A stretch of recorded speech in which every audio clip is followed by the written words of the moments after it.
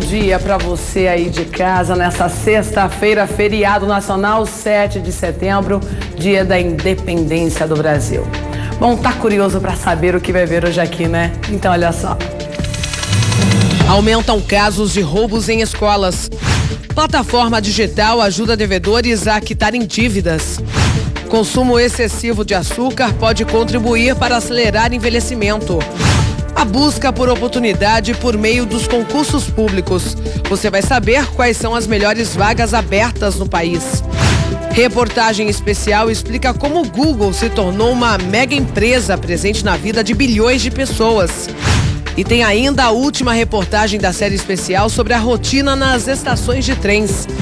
O RF com você está apenas começando.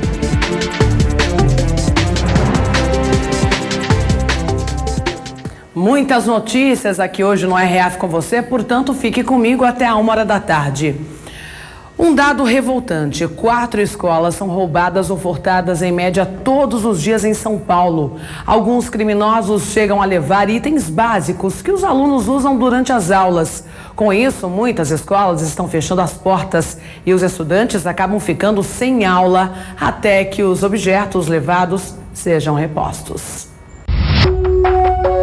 O criminoso entra na escola com facilidade.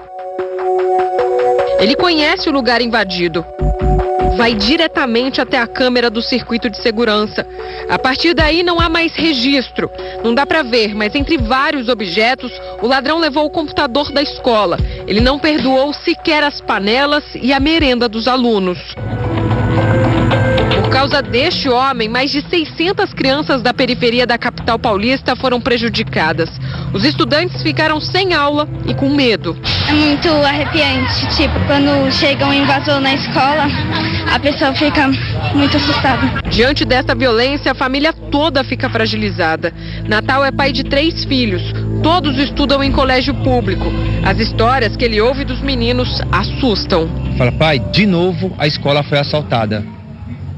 Tem hora que dá medo desses bandidos entrar em horário de aula. E esse tipo de crime só cresce. Nos 6 primeiros meses de 2015 foram 633 casos. 3 anos depois, o número de registros é 8% maior. 6 em cada 10 dessas ocorrências acontecem em escolas de ensino fundamental e creches. Cada vez que um colégio é invadido e revirado, é preciso suspender as aulas para somar as perdas e registrar. Neste arquivo, o flagrante feito pelo pai de um aluno. Veja como ficou o lugar depois da passagem dos ladrões.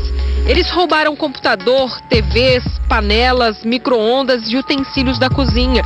Os assaltantes ainda arrancaram os fios das tubulações e deixaram a creche sem energia elétrica. Sempre que as aulas são suspensas, pais têm que faltar ao trabalho para ficar com os filhos. É o caso do Antônio. Absurdo, é muito triste isso pra gente, né? A gente vê uma impunidade, nós nos sentimos impotentes, né? É isso que mais preocupa a Daniela. Eles avisam, põem cartaz que não vai ter aula porque houve roubo na secretaria. Normalmente é na secretaria, né? Aqui um outro flagrante, desta vez numa escola estadual da Zona Sul de São Paulo. Os ladrões cortaram os cabos de energia do lado de fora e roubaram a fiação interna. O colégio passou vários dias sem luz. As crianças eram dispensadas 2 horas mais cedo. Os pais ficaram revoltados. Perder tempo, arranjar uma pessoa para ficar olhando ele e chegar atrasado no serviço. O prejuízo pedagógico é imenso e irreparável, né? Porque mesmo que a gente...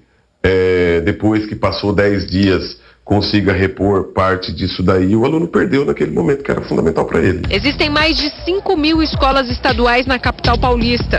A madrugada é o período favorito dos criminosos. Foi pensando nisso que Natal preferiu tirar o filho mais velho da turma da manhã e passar para a noite.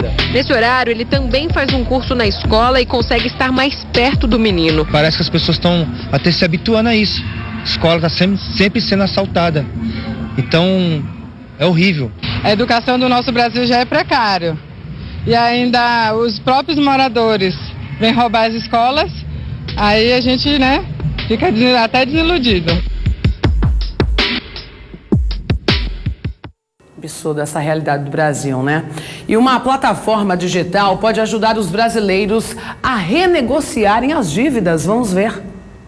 Com um desconto de 92%, Richard pagou as dívidas que acumulava em 2 bancos há 3 anos. Desde que perdeu o emprego, o manobrista ficou entre os 61 milhões de inadimplentes do Brasil. Era dívida de cartão de crédito, cheque especial e empréstimo. E foi por meio do Serasa Limpa Nome que ele resolveu a situação pela internet. Em menos de 5 dias, o nome já estava limpo de novo. De 20 mil eu paguei 1.500 e na segunda, de 4 mil eu paguei 389. O site é o serasaconsumidor.com.br. Basta fazer um cadastro, visualizar as dívidas, escolher quais pretende negociar e emitir o boleto ou código de barras. Tornar a vida do consumidor mais fácil, para que ele tenha mais comodidade ao querer renegociar uma dívida. Mas atenção, é importante ficar atento aos links de acesso para evitar fraudes nos boletos. Ver a marca da Serasa ali, fazer o seu cadastro, criar a sua conta e ali ele vai estar num ambiente seguro para poder renegociar a dívida de uma forma segura e correta, emitir os boletos que realmente têm vínculo com aquelas empresas. Pesquisadores ingleses apostam no mel como a principal fonte de tratamento para tosse, uma forma de evitar o uso de antibióticos. O caminho é esse, o néctar das flores, o trabalho árduo das abelhas nas colmeias, até chegar a este resultado, um favo de mel. Entre sais minerais e vitaminas, uma substância poderosa chamada inibina, que impede o crescimento de bactérias que causam problemas respiratórios, como a tosse. É ela que faz do mel a mais recente aposta da medicina no combate a uma preocupação mundial. O médico explica que, antes de tudo, é preciso descobrir a causa da tosse. Se for apenas uma irritação na garganta, o mel pode aliviar o sintoma. Ele ajuda a fazer de certa forma, a manter a hidratação da região, claro, associando sempre a ingestão de água e de sucos, e acaba protegendo dessa forma, melhorando a irritação da garganta em si. Quando os filhos têm tosse, Nádia recorre a uma receita caseira. Em mel com limão e também eu uso em frutas, em sucos, em vitaminas. Mas atenção, o mel não é recomendado para crianças menores de 1 ano. Antes dessa idade, elas não são imunes a bactérias encontradas no mel que podem causar botulismo infantil, uma doença que atinge o intestino. Quem tem diabetes também deve tomar cuidado com a quantidade. O ideal é sempre pedir a recomendação médica. As avós já indicam o mel por sinal, né? Bom, muitos brasileiros estão de olho nos concursos, viu? A possibilidade de carreira estável é a aposta dessas pessoas. Veja agora as principais vagas disponíveis. Há 3 meses, Andresa se prepara. Depois de passar no exame de ordem da OAB, a advogada sonha em ser promotora. Quer começar conquistando uma vaga no Ministério Público da União. Eu tenho um cronograma e aí eu sigo com os grupos de matérias, tem os grupos de matérias que têm a maior probabilidade de cair, eu sigo estudando esses e posteriormente eu vou estudando os outros que têm uma menor porcentagem. E já começou a preparação para a temporada de concursos públicos, que tem mais de 22 mil vagas. Os cargos são variados para diferentes níveis de escolaridade e os salários podem ultrapassar os R$23 mil. Ao todo, são 154 concursos públicos espalhados pelo Brasil. Entre os principais estão a Aeronáutica, com 279 vagas, a Agência Brasileira de Promoção de Exportações e Investimentos, com 34 vagas, Exército, com 5 vagas, Marinha, com 90 vagas, Ministério Público da União, com 47 vagas. Gabriel é administrador e estuda para a prova do primeiro concurso que vai fazer. A seleção será daqui a 2 meses. Organizar a rotina e os conteúdos ainda é um desafio para ele. A gente vai testando, vai tentando adequar aquilo que mais se enquadra no que vai ficar gravado na nossa cabeça, porque nem todo método serve, um método não serve para todo mundo. A quantidade de horas tem muito a ver com aquela sensação de eu fiz o meu melhor. Tem gente que só tem 2 horas por dia, tem gente que tem 10 horas por dia. Então fazer o seu melhor na quantidade de horas que você tem é fundamental. Apesar das dificuldades, o administrador está focado e disposto a viver longe da família. Com essas incertezas aí do mercado de trabalho, aí, do regime CLT, o público cargo público com certeza é a melhor saída. Mesmo depois da aprovação, é importante se atentar para alguns detalhes, alerta o especialista. Assim como nas empresas privadas, a preocupação com a carreira e o papel, o perfil dele para essa vaga é muito importante. Um novo estudo revela o motivo pelo qual o estresse é capaz de influenciar no surgimento de doenças autoimunes, como lúpus, diabetes e esclerose múltipla. O estresse é mesmo a doença do século. No trabalho, em casa, no trânsito, um perigo para a mente e para o corpo. Segundo a Associação Americana de Psicologia, o estresse pode causar enxaquecas, palpitações cardíacas e aumento da pressão arterial. Mas agora cientistas alertam que o estresse também pode estar ligado a doenças autoimunes. Uma condição que ocorre quando o sistema imunológico do corpo ataca e destrói células saudáveis por engano. As mais comuns são lúpus, diabetes tipo 1 e esclerose múltipla. Para a comunidade científica, o novo estudo pode ser um caminho para descobrir quais são as causas de várias doenças autoimunes que ainda são um mistério para a medicina. No estudo, os pesquisadores dos Estados Unidos analisaram 100 mil pessoas diagnosticadas com um transtorno de estresse pós-traumático e compararam a sua tendência a desenvolver doenças autoimunes com seus irmãos e outras 1 milhão de pessoas saudáveis. E como resultado, descobriram que a incidência de doenças autoimunes foi muito maior naquelas pessoas que já haviam sido previamente diagnosticadas com transtornos ligados ao estresse. Outra descoberta importante é de que os indivíduos que estavam sendo tratados com antidepressivos tiveram menores taxas de doenças autoimunes. Mesmo assim, os cientistas enfatizam que o estudo ainda é apenas observacional, por isso não pode ser conclusivo. O pesquisador-chefe espera agora iniciar uma nova fase da pesquisa, um ensaio clínico para comprovar que o estresse pode causar problemas de saúde ainda mais graves. Quem acompanha a economia já sabe, o dólar disparou nas últimas semanas e já começou a influenciar os preços dos produtos de higiene. Olha só os reajustes. Neste atacadista, este pacote de papel higiênico custava R$ 6,79 ao mês. Agora está a R$ 7,49.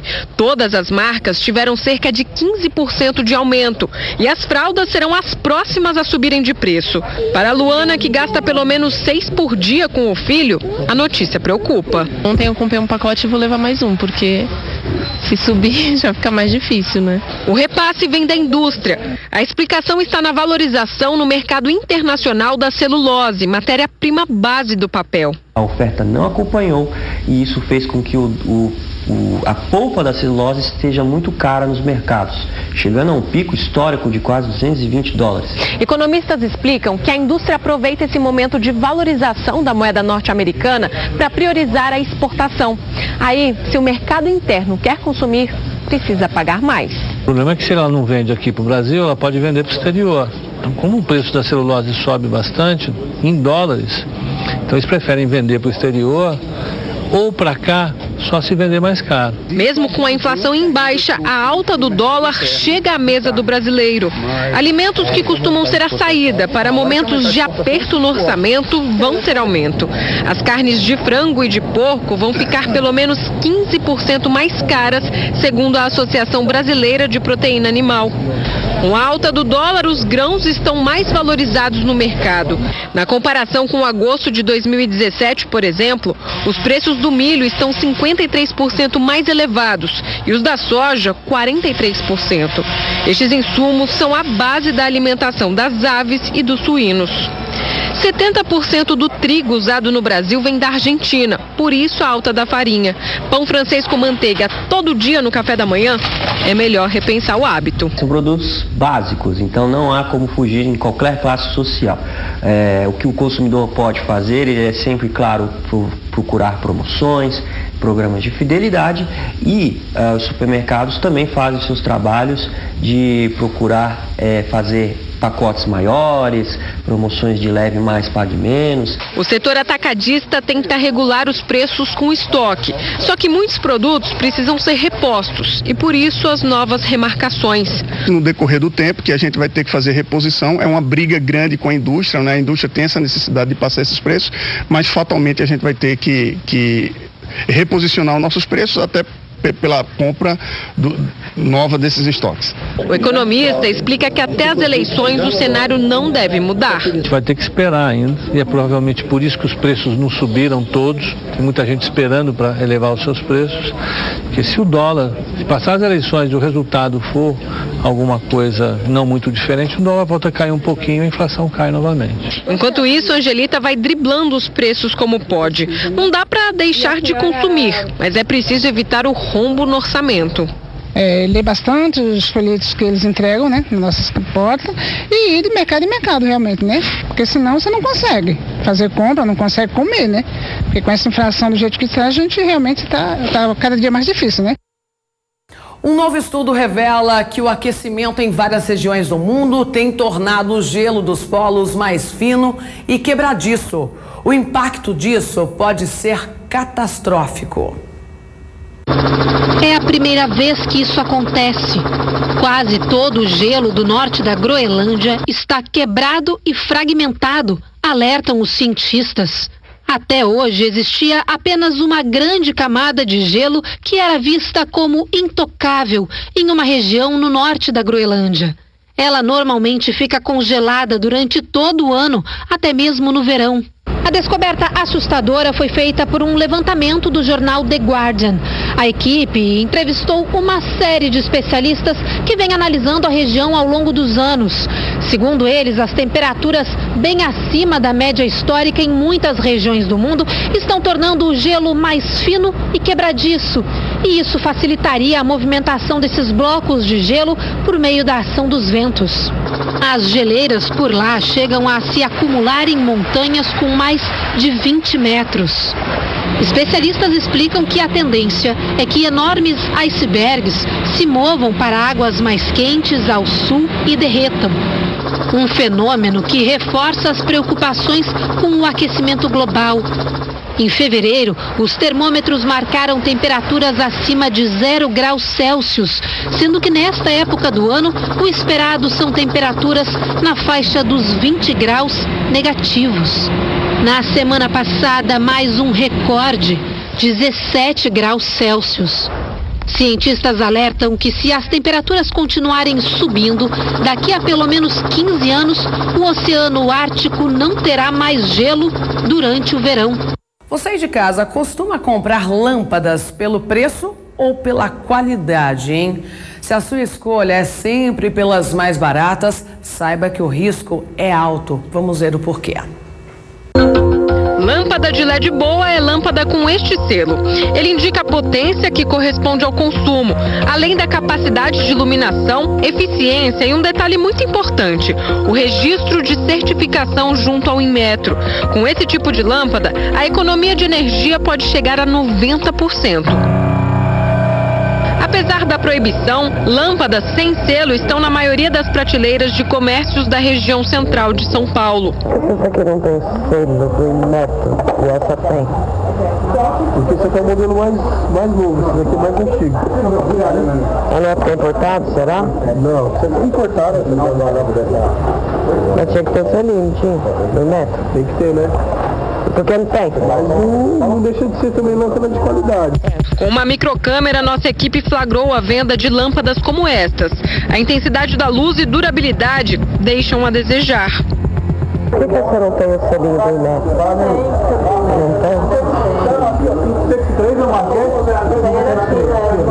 Mas tem garantia? O preço é mais em conta, muitas vezes a metade do valor de uma regularizada. A maioria dessas lâmpadas não passa pelo teste de segurança em outros países e acaba sendo vendida clandestinamente. Eu tenho várias, né? Vários tamanhos. Pena que não tem o selinho, né?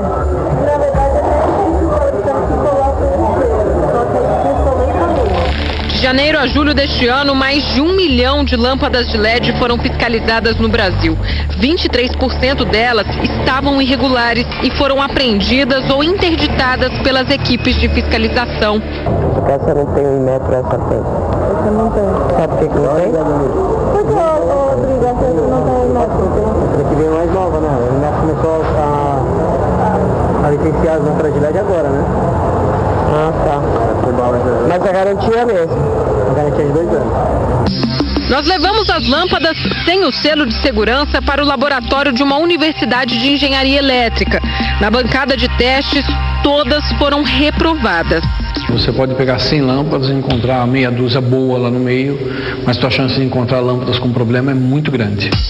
O professor ensina, a lâmpada quando fica acesa por horas não deve esquentar. Essa é uma característica importante, influencia na economia e também na segurança. O calor significa desperdício de energia e também perigo. E ainda que a lâmpada aqueça, o material usado na fabricação dela precisa ser resistente a esse aumento de temperatura. Aqui nós induzimos o aquecimento. O resultado foi este. O plástico que parecia tão resistente derreteu. Se ela tem um sobreaquecimento, ela funcionando por várias horas, ela pode acontecer esse tipo de problema e isso é muito grave, pode até provocar um incêndio. A falta de qualidade nas lâmpadas sem registro é tanta que elas facilmente soltam partes. Olha só, o risco principal aqui é a pessoa levar um choque ao encostar na parte interna. O acidente pode ser grave. Se a pessoa tomar um choque, normalmente ela está em cima de uma cadeira ou em cima de uma escada, né? Além do choque elétrico, que pode ser perigoso, pode até ser fatal, tem ainda o tombo, quer dizer, existe aí o risco de um acidente sério. No teste de proteção mecânica, a rosca deve sair e entrar no soquete com facilidade e não pode ficar com parte exposta. Essa daqui, olha só, ficou frouxa e também pode dar choque. Este teste usou um osciloscópio, esse aparelho que mede as ondas eletromagnéticas emitidas pela lâmpada acesa. Na prática, elas interferem no rendimento de outros eletrônicos. Sabe aquele chiado ao fundo no telefone ou um ruído no som da TV? Eles podem ser provocados pela interferência da lâmpada da sua sala. Dentro de cada lâmpada dessa LED, todas as lâmpadas LED, possui ali dentro um pequeno conversor, um pequeno aparelhinho eletrônico, e esse aparelhinho pega a energia vinda da rede e vai ajustar para a energia que o LED precisa. É um conversor, como exatamente um carregador de celular. E esse pequeno conversor, ele pode gerar interferências eletromagnéticas. Em caso de dúvida sobre a procedência da lâmpada, o número de registro do selo pode ser confirmado no site do Inmetro. Basta procurar a etiqueta na embalagem para garantir uma compra segura.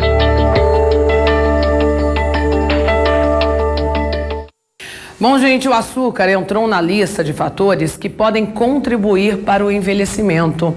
Ele altera diretamente a produção de colágeno na pele. Aos 51 anos, Araides percebeu que a praticidade de determinados alimentos estava interferindo na aparência da pele.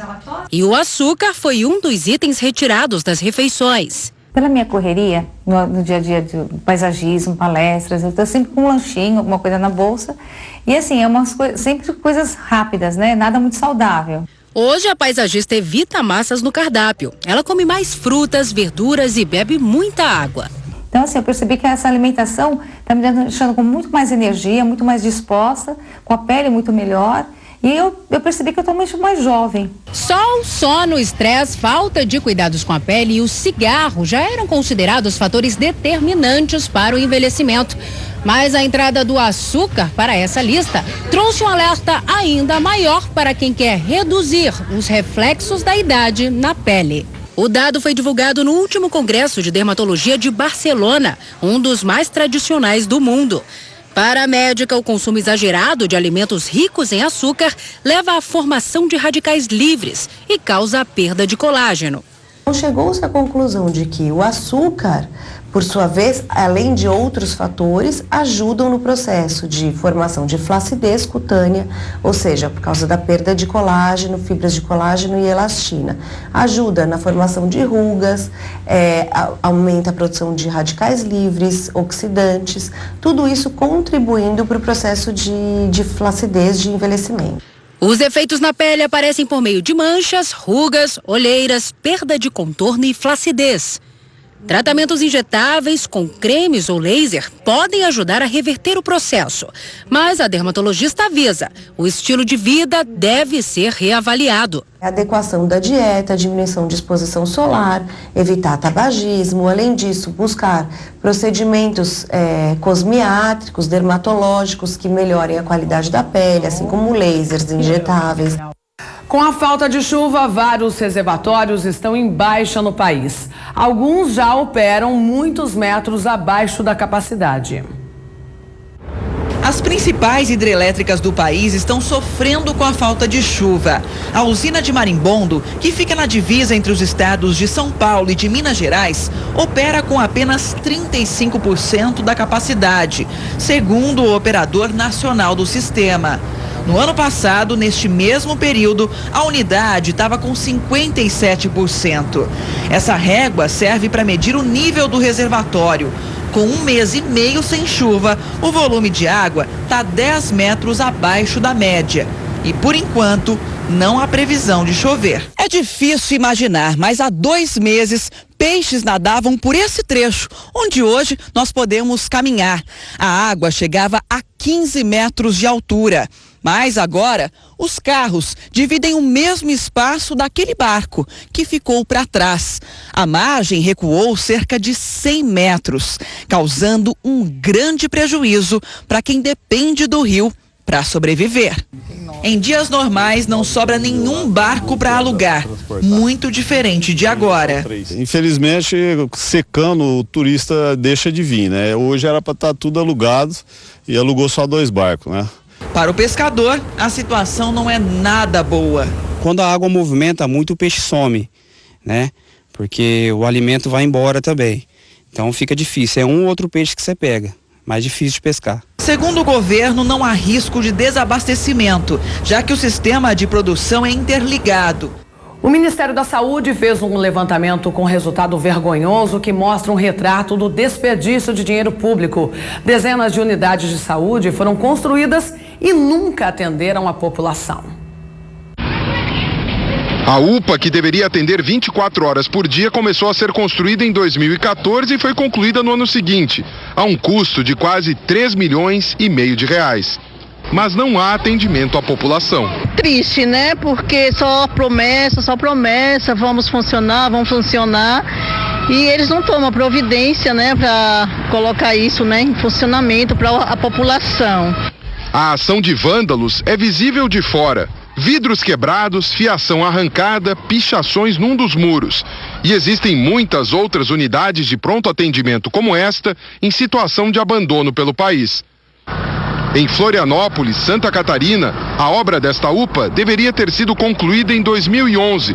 Depois de muitos adiamentos, a obra, que consumiu 3,3 milhões, continua abandonada. Ao todo, são 145 unidades de pronto atendimento que não funcionam em 22 estados do país. No Ceará, são 10 unidades de pronto atendimento. No Paraná, 11. Bahia e Pará têm 13 na mesma situação e em São Paulo são 22. São os estados mais prejudicados pelo descaso. Em Jaú, no interior de São Paulo, esta UPA custou 6 milhões de reais. Terminou de ser construída em 2015 e deveria atender 10 mil pessoas por mês. Mas hoje está desse jeito. Tapumes de madeira tentam impedir a ação de vândalos. Mesmo assim, há sinais de depredação no prédio. Simplesmente vergonha, cara. Para nós é vergonha. Em Votorantim, outra cidade do interior paulista, o prejuízo para a população é duplo. Uma das UPAs erguidas com dinheiro do governo federal deveria estar funcionando desde 2013. Mas o que se vê hoje são instalações vazias e um portão corroído. A outra unidade foi pichada, teve instalações elétricas furtadas e está com janelas quebradas. Um desperdício de quase 4 milhões de reais. O preço do descaso com a população é muito alto. 40 milhões de reais de investimento do governo federal nas UPAs construídas no estado de São Paulo. 268 milhões computados os gastos no Brasil inteiro. Uma montanha de dinheiro público que não dá retorno devido à má gestão nos municípios. O professor de gestão pública diz que manter as unidades de saúde funcionando é responsabilidade dos municípios, mas muitos deixam de fazer a previsão desse gasto mensal no orçamento, o que explica tantos pronto-atendimentos fechados. Imagina um município pequeno, como um deles que eu conheci, chamado Barra do Chapéu, que tem, quem sabe, no máximo 3.000 habitantes, ter que ter uma contrapartida para poder montar uma UPA, uma UBS, ou seja lá o que for. Não vai ter. Em maio, o governo federal autorizou os municípios a utilizar os prédios das UPAs para outras finalidades, desde que voltadas para a área da saúde.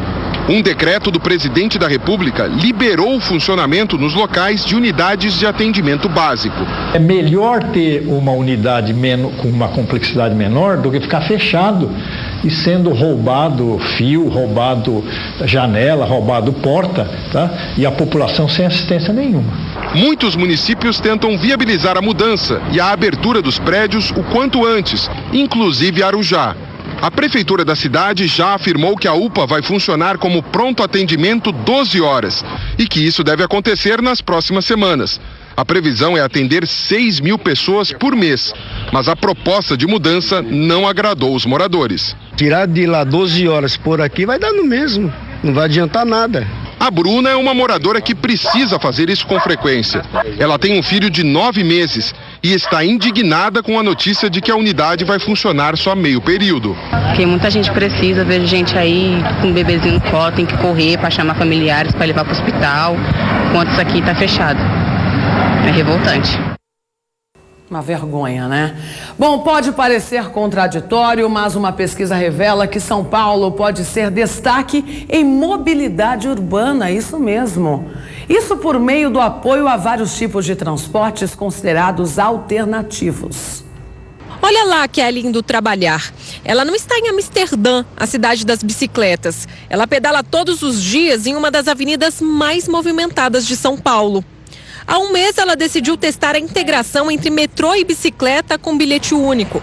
Kelly descobriu que economiza dinheiro, 10 minutos de trajeto e ganha qualidade de vida. É super gostoso, eu vou passeando, né, de bike até o trabalho e ganho mais tempo, que dá mais ou menos uns 10 minutos de economia de tempo indo de bike. Já tem 2 que eu já influenciei para ir de bike. Hoje, a forma como a consultora de viagens chega ao trabalho ainda é exceção na capital paulista.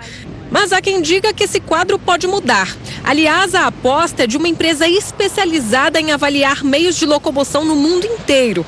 Eles analisaram mais de 60 características. E o resultado da pesquisa é que a cidade tem potencial para ser destaque em mobilidade urbana. Ele tem um bilhete que integra ônibus, metrô e trem. É um ponto positivo para a cidade, porque muitas cidades não têm esse tipo de bilhete que integra os modais de transporte. De transportes públicos superlotados e trânsito caótico, para exemplo de mobilidade, os consultores avaliaram iniciativas públicas, privadas, plano de metas e o potencial da cidade. Eles dizem que, seguindo a rota já traçada, dá para São Paulo alcançar grandes mudanças até 2025. Esta é a data limite, por exemplo, para que 97% da população esteja dentro de um raio de 3 quilômetros de algum acesso ao transporte público. Hoje, esse índice está pouco acima dos 25%. É preciso também que dos 1.300 quilômetros de extensão de vias planejados, 65% sejam realmente reservados para corredores exclusivos de ônibus. Os 14.500 coletivos precisam funcionar conectados em rede para melhorar a gestão da frota. Todos estes projetos já existem, só precisam sair do papel. Quando a gente analisa os dados e as ações que estão sendo feitas pela prefeitura, causa surpresa. Não é um destaque, mas ele é uma surpresa, porque os dados revelam que a gente tem caminhado, mesmo que não se pareça que o congestionamento de São Paulo é enorme, mas a gente tem caminhado num rumo positivo. Hoje, São Paulo e região metropolitana têm 362 quilômetros de linhas de metrô e trem. No ano passado, houve a expansão das ciclovias. São 498 quilômetros de malha. Tudo isso ajuda, mas ainda é pouco quando se fala de uma população estimada em 21,4 milhões de habitantes. A gente pode se comparar com Seul, com Tóquio, que a população é acima de 12 milhões de habitantes. São Paulo tem 21 milhões de habitantes. Para a gente chegar em Tóquio, a gente precisa aumentar o quê? O transporte sobre trilhos, que é isso que Tóquio investiu, que é isso que Seul investiu. Mariana já sofreu um acidente por causa da superlotação. Tantas pessoas que entravam e saíam, eu acabei sendo empurrada e caí. A minha perna esquerda caiu no vão do trem e a minha direita ficou dentro do trem. Em contrapartida, Tatiane percebeu melhora no serviço público de transporte. Há 1 ano, a frota ganhou reforço e agora há um coletivo a cada 5 minutos. Realmente já melhorou bastante em relação à linha que eu uso, tá? Eles disponibilizaram mais ônibus no período onde tem um pico maior. A pesquisa também leva em conta a acessibilidade do transporte público paulistano. Mas ele tem uma inclusão grande, ele tem o acesso às pessoas com deficiência, ele tem acesso às pessoas com melhor idade. Quem usa cadeira de rodas agradece a gratuidade. Só pede um transporte público mais eficiente. Tem que colocar mais carro novo. Porque os antigos não funcionam. Não presta mais, não funciona. Não é só ela. Para a maioria que utiliza o serviço público, é até difícil acreditar nesse tal potencial da cidade. É uma realidade que não sei se eu vou ver, né? Uma onda de ataques de escorpiões assusta os moradores de São Paulo. As ocorrências têm crescido em algumas regiões. Os biólogos alertam que os animais estão cada vez mais adaptados às grandes cidades. Condomínio com mais de 1.200 famílias está em alerta. A gente tava brincando de levantar o tapete, ela partiu do nada, quando levantou, um escorpião tava lá no chão. E eles chegaram aos montes. Antes de ontem foi 73. Ontem nós enchemos mais uma garrafinha e hoje também. O parquinho onde as crianças brincam foi interditado. Olha aqui, ó, acabam de encontrar escorpião aqui. Tá, onde tá? Onde tá? Ergueu, olha só. Opa, tem mais, hein? Tem outro ali, tem outro ali. Abre aí. Abre que tem outro, eu acabei de ver. Olha aqui, ó. É impressionante. Procurou, acha. Não é só na Grande São Paulo. No estado já são mais de 11 mil casos só este ano. Destes, 5 acabaram em morte. É praticamente um ataque a cada 2 horas. E as crianças são as principais vítimas. Eu falo pra você, olha, se você tem 30 minutos, você tem 1 hora, você tem 3 horas, não é como uma cobra, tipo, tem 6 horas, você vai. Esse bicho, uma criança mata, mas mata mesmo. A menina Yasmin, de 4 anos, foi picada em casa, em Cabralha Paulista, a 350 quilômetros de São Paulo. O ataque aconteceu há 2 semanas. Yasmin demorou a receber o soro para o veneno e morreu 3 horas depois, na cidade de Bauru. Criança de 10 até 10, 12 anos, porque ela não tem a imunidade do corpo totalmente formada, e os idosos também, que acabam já perdendo, depois de um tempo, perdendo essa imunidade. Existem cerca de 2.000 espécies de escorpiões no mundo todo. Todas são venenosas. A maioria é inofensiva aos seres humanos e animais. Mas atenção, existem 12 espécies que são consideradas mais perigosas e podem até matar. Aqui nós temos um grandão, esse aqui é o imperador, né? Isso. Veio da África, eu Isso. posso tocá-lo, porque ele tá mortinho da Silva, Isso. né? E aqui o pequenininho, o amarelinho, Isso. mais comum no Brasil. Dos 12 escorpiões com veneno letal, veneno que mata, quantas espécies tem no Brasil? 4, são 4 delas. Quando o assunto é escorpião, tamanho não é documento. Este é o mais comum por aqui. Ele é bem pequeno, mas mortal. A espécie, comum nas regiões do centro-oeste e norte do Brasil, se espalhou por outros estados nos últimos 30 anos. Veio junto dentro de troncos de madeira que vinham para as madeireiras, ilegalmente, normalmente lá da Amazônia, do Mato Grosso, chegou aqui. Aí ele encontrou aqui situações ideais para que ele possa se proliferar. Primeiro, uma carência de predadores. Segundo, a abundância de comida. E quem é que dá comida para eles? Somos nós mesmos. Vão montando casas que geram lixo. O escorpião se alimenta de insetos e adora a umidade. O lugar preferido é onde tem lixo e esgoto. Ali é a verdadeira casinha deles, né? Ali dali vem pra cá, né? Da laje de casa em Ferraz de Vasconcelos, na Grande São Paulo, dona Marileide sabe bem que o inimigo está à espreita e é forte. Não existe, na verdade, falaram pra mim que não existe veneno que mate o escorpião. Os escorpiões são animais muito resistentes. Eles possuem uma espécie de sensor capaz de identificar até mesmo o cheiro de inseticidas. Isso aqui é um receptor químico, né? Então ele consegue, é como se fosse um nariz super desenvolvido, né? Capaz de captar cheiro de qualquer coisa. E coisas que são nocivas a ele, muito antes dessa coisa ser letal, ele consegue sentir esse cheiro, recebe esse sinal químico e vai para um lugar seguro. O corpo do escorpião pode ser comparado a uma pequena máquina de matar. A arma principal está na ponta da cauda, é o ferrão. É daqui que sai o veneno. É com isso que ele pica, né? Então ele projeta isso para frente e pica e inocula o veneno, né? Isso na natureza tem a função principal dele segurar as presas com as pinças e aí ele pica a presa e segura ela até ela morrer. Josiel dormia quando foi picado por um escorpião. Ficou aqui nessa minha mão aqui. Inchou a mão na hora. Inchou, ficou calambou, a mão ficou parecendo um travesseiro. O biólogo Ronaldo também já passou por isto e conta como é a sensação da ferroada.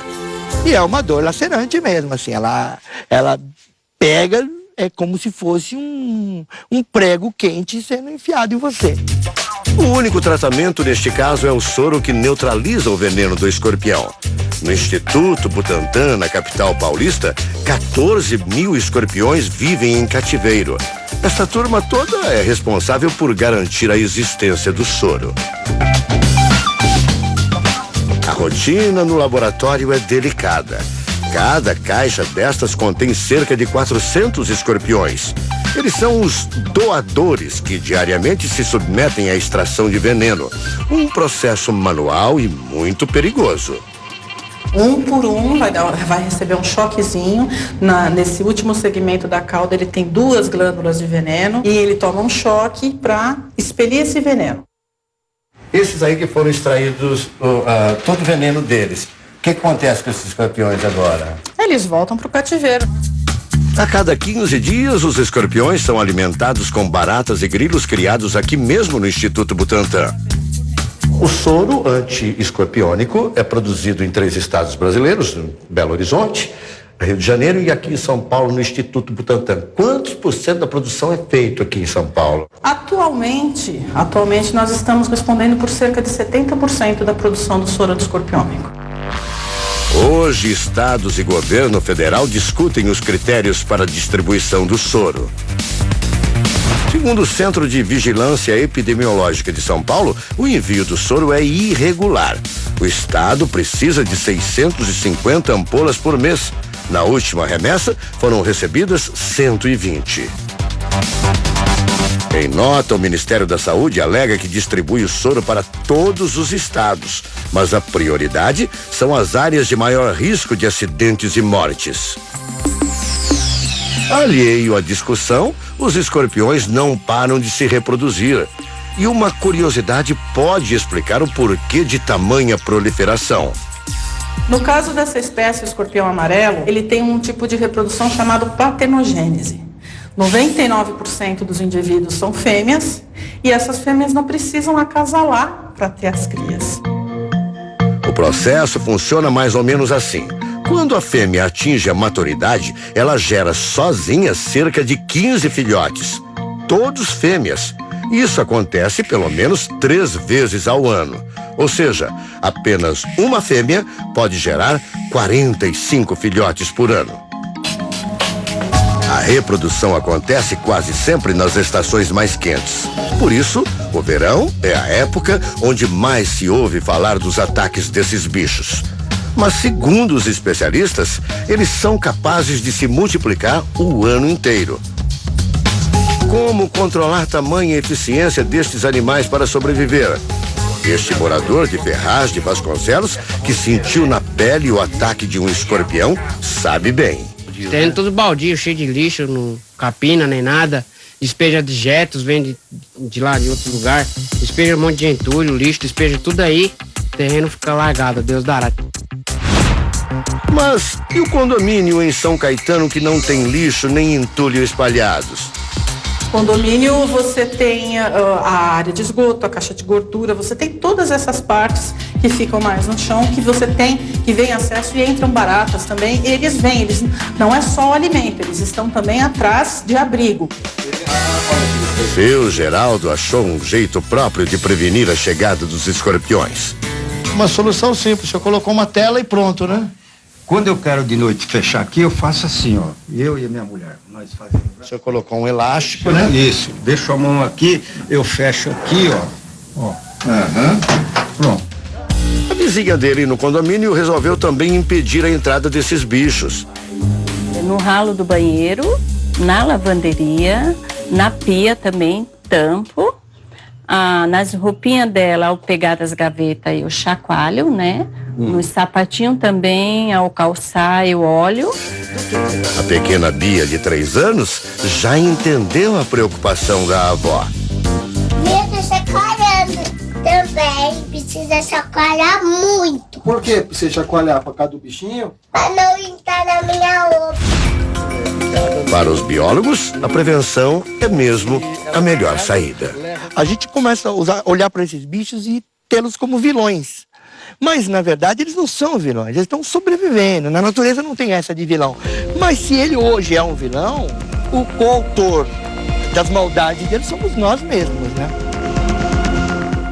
Bom, e daqui a pouco a gente vai resgatar uma história que segue há pelo menos 3 anos na justiça. Uma família tenta provar que uma jovem foi assassinada e não se matou. Eu falo sobre esse caso. Vamos então para a reportagem do dia.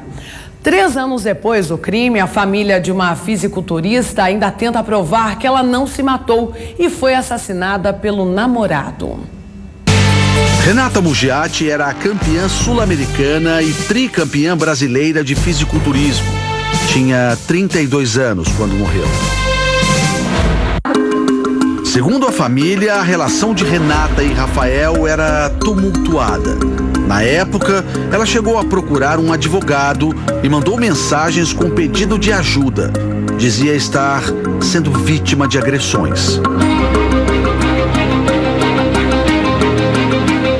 Dias depois de fazer contato com o advogado, Renata morreu. O namorado, Rafael, era a única pessoa que estava com ela no apartamento.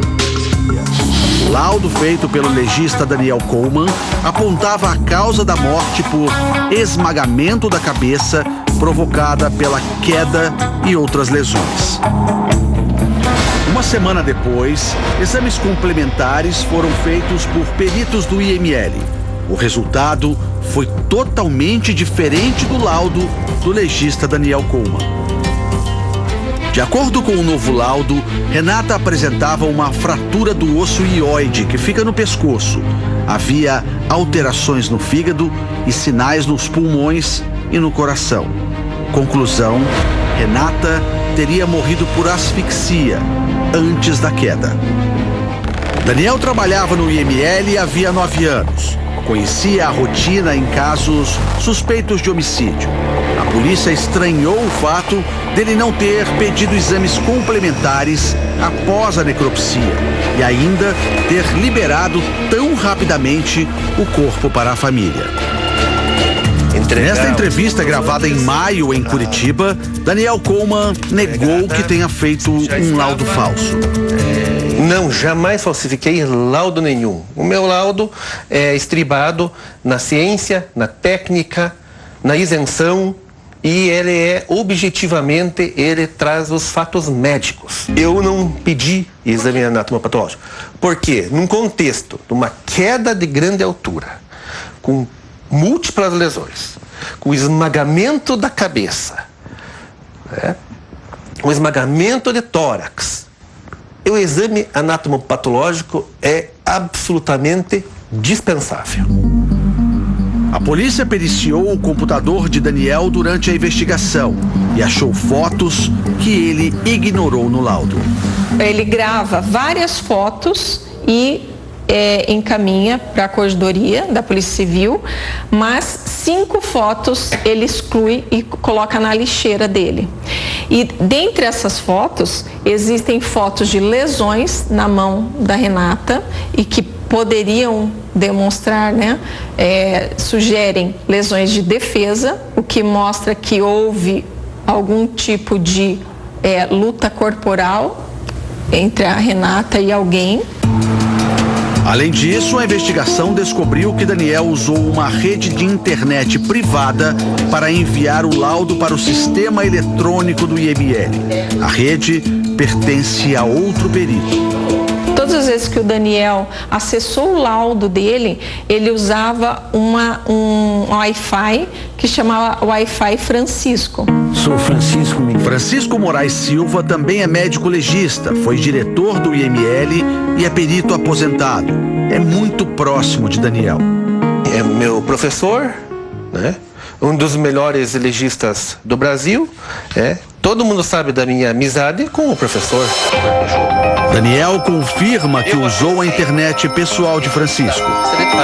Mas Daniel diz que Francisco não influenciou no laudo. Ele não influenciou, ele tão somente viu. Onde que está o crime nisso? Francisco também virou réu no processo por envolvimento numa possível fraude. Nós conversamos com ele por telefone. Francisco, é o Michael, confirma a amizade com Daniel e reconhece que o perito entrou no sistema do IML na casa dele, mas não entende por que está envolvido nesse processo. Eu espero que a justiça esclareça que eu sou inocente. O senhor é inocente? Eu sou inocente, claro. O que está me deixando muito triste é a injustiça, né? Isso é uma coisa que revolta muito. Para o Ministério Público, Francisco teve participação. Daniel e ele teriam feito o laudo final sobre a morte de Renata junto. Irmãos em local, não sei porquê. E aí, não satisfeito, eles ingressam no sistema de informatização do Estado do Paraná e inserem esse novo laudo no sistema, contrariando toda a regra protocolar do Estado do Paraná. 3 testemunhas ainda disseram em depoimento que Daniel teria recebido dinheiro para fraudar o laudo. Ele nega. Eu nego categoricamente, nunca vendi laudo nenhum na minha vida. Se pagaram para a pessoa errada. Daniel foi exonerado do IML do Paraná no mês passado, depois de um processo administrativo interno. Suicídio. Rafael continua atendendo no consultório dele. Ele responde ao processo pela morte de Renata em liberdade com o uso de tornozeleira eletrônica. Nós estamos há 3 anos num velório, num sentimento assim de velório. Isso realmente tem que acabar, faz um mal terrível. Mas nenhuma empresa chega a esse patamar por acaso. Daqui a pouco mais notícias aqui no RF com você. Bom, agora um recado importante, muito importante.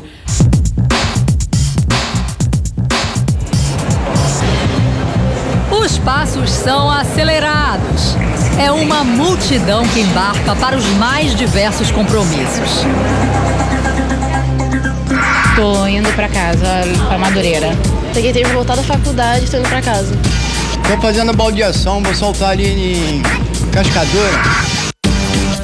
600 mil pessoas passam todos os dias pela Central do Brasil, a estação de trem mais importante do Rio.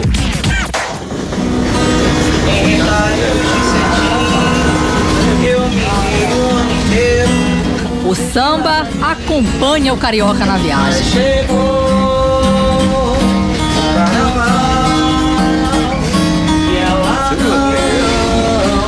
O samba em si, ele é a mistura da delicadeza que a harmonia tem com a energia que a percussão passa para as pessoas. A gente tá tocando, né? Tá tocando um cavaco, puxando samba.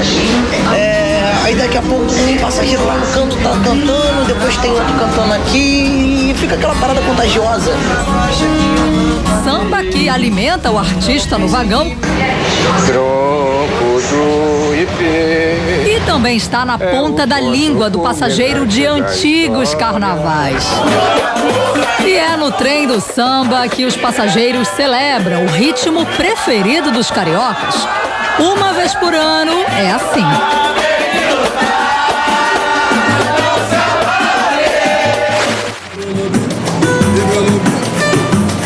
O som desafia o ritmo da pressa.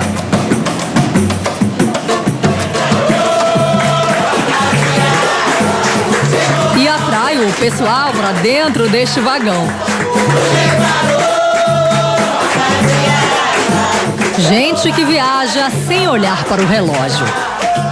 Há 23 anos, quem embarca no trem do samba no Rio de Janeiro nem sente a viagem passar. Músicos cantando, passageiros dançando e assim segue a viagem.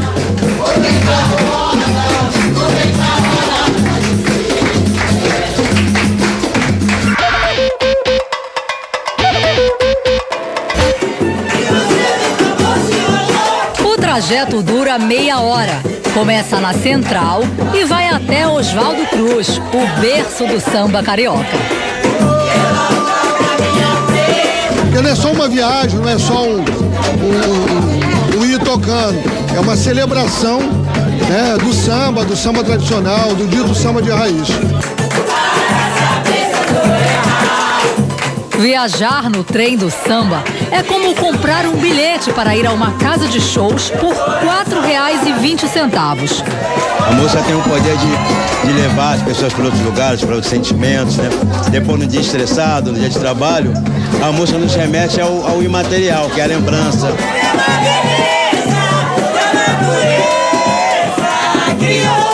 Tem que prestar atenção certinho, tomar cuidado para não passar da estação.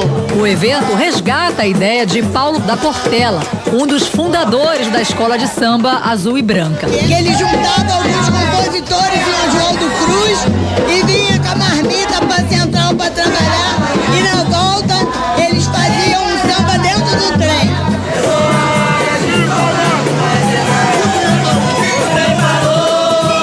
E o destino na última estação também é palco do samba.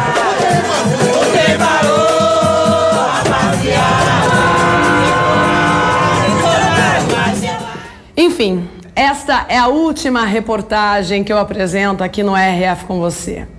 A partir de segunda-feira estarei em um novo projeto de jornalismo aqui na Rede Família mesmo, só que em Campinas. Quem estará aqui na segunda-feira é uma pessoa que eu amo, que já me acompanha, que vocês já conhecem. Eu tenho certeza que ela vai arrasar, viu, gente? Daqui a pouco eu chamo ela aqui para apresentar. Mas gostaria nesse momento de deixar aqui o meu carinho, a minha gratidão por esse 1 ano de projeto, a toda a equipe envolvida aqui no RF com você. 1 ano de projeto lindo que deu certo. Eu amo o RF com você, mas eu preciso trilhar outros caminhos. Vou para o jornalismo também, que eu tanto amo. Enfim, obrigada equipe, obrigada diretoria por me dar essa oportunidade de crescimento. E eu vou sentir saudade, sabe do quê? Disso aqui. De ver todos os dias as pessoas me acompanhando, me mandando mensagens de carinho, de amor, de todo o Brasil. A partir de agora, vou para Campinas. Quem tem a TV aberta vai poder me acompanhar a partir das 18h15 até às 19 horas no jornalismo, no RF News. O que eu faço aqui, eu quero fazer lá também. Então você que é do interior de São Paulo, na segunda-feira já fica ligadinho às 18h15. Eu vou passar o WhatsApp porque eu quero continuar recebendo todo esse carinho. Bom, enfim, gente, não posso me emocionar porque é um ciclo que se encerra, mas um outro que se inicia pode vir. Quem vai ficar no meu lugar, já começa chorando, me substituir, é a Larissa. Seja muito bem-vinda nessa nova fase. Obrigada. Eu tenho certeza que você vai arrasar.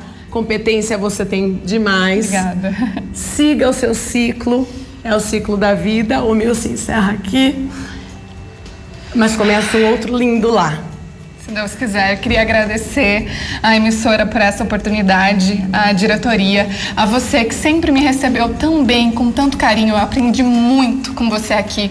Você é um espelho para mim, e se eu for 50% do que você foi aqui no RF com você, eu tenho certeza que eu vou fazer um brilhante trabalho. Eu recebo todo mundo com muito carinho, eu recebo essa equipe com muito carinho. Eu espero que vocês me acolham assim como vocês acolheram a Má e que continuem mandando essas energias boas também para ela lá no RF News, que eu tenho certeza que vai ser uma carreira brilhante. Você é merecedora de tudo isso e você tem um destino, uma vida incrível ainda pela frente. É só o começo. Obrigada por tudo. Continuem acompanhando o RF com você. Aqui está o tablet. Mandem mensagens para a Larissa, ok? Obrigada por tudo mesmo. Foi incrível estar com vocês aqui durante esse ano. Beijo, gente. Ótimo final de semana. Beijo, gente. Até segunda.